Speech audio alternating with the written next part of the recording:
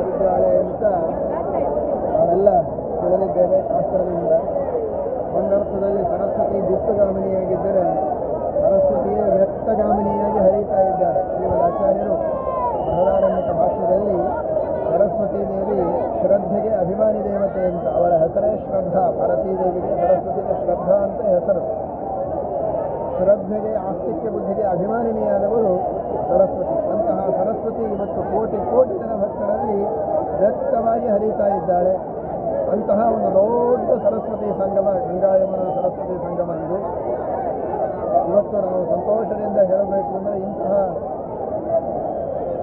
ಕೋಟಿ ಕೋಟಿ ಭಕ್ತರು ಇಲ್ಲಿ ಬಂದು ಸ್ನಾನವನ್ನು ಮಾಡಿ ಅತ್ಯಂತ ಶ್ರದ್ಧೆಯಿಂದ ಇಲ್ಲಿರುವಂತಹ ಸಂಗಮದ ಒಂದು ವಿಶೇಷವಾದ ಸನ್ನಿಧಾನದಿಂದ ಪಾವಿತ್ರ್ಯವನ್ನು ಪಡೆದು ಪುಣ್ಯವನ್ನು ಪಡೆದಿದ್ದಾರೆ.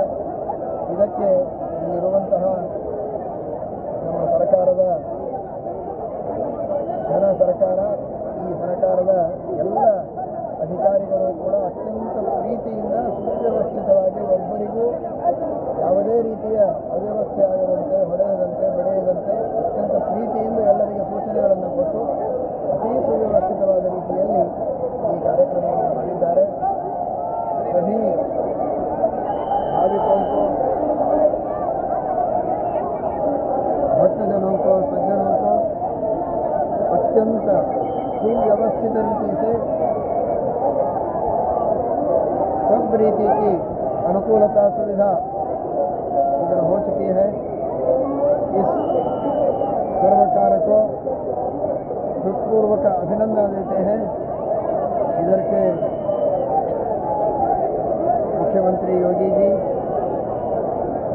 तथा प्रधानमंत्री नरेंद्र मोदी जी बहुत बहुत भक्ति और श्रद्धा से सनातन धर्म के अनुसरण करने वाले सभी भक्त कोटि कोटि संख्या में इधर आ चुके हैं.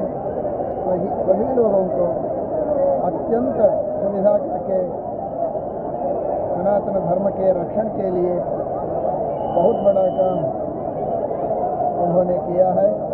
उनको बहुत बहुत अभिनंदन देते हैं. भगवान के अनुग्रह से इसी तरह सनातन धर्म की रक्षण करने के लिए उनको भगवान शक्ति दे, ऐसे प्रार्थना करते हैं. हरे नमः.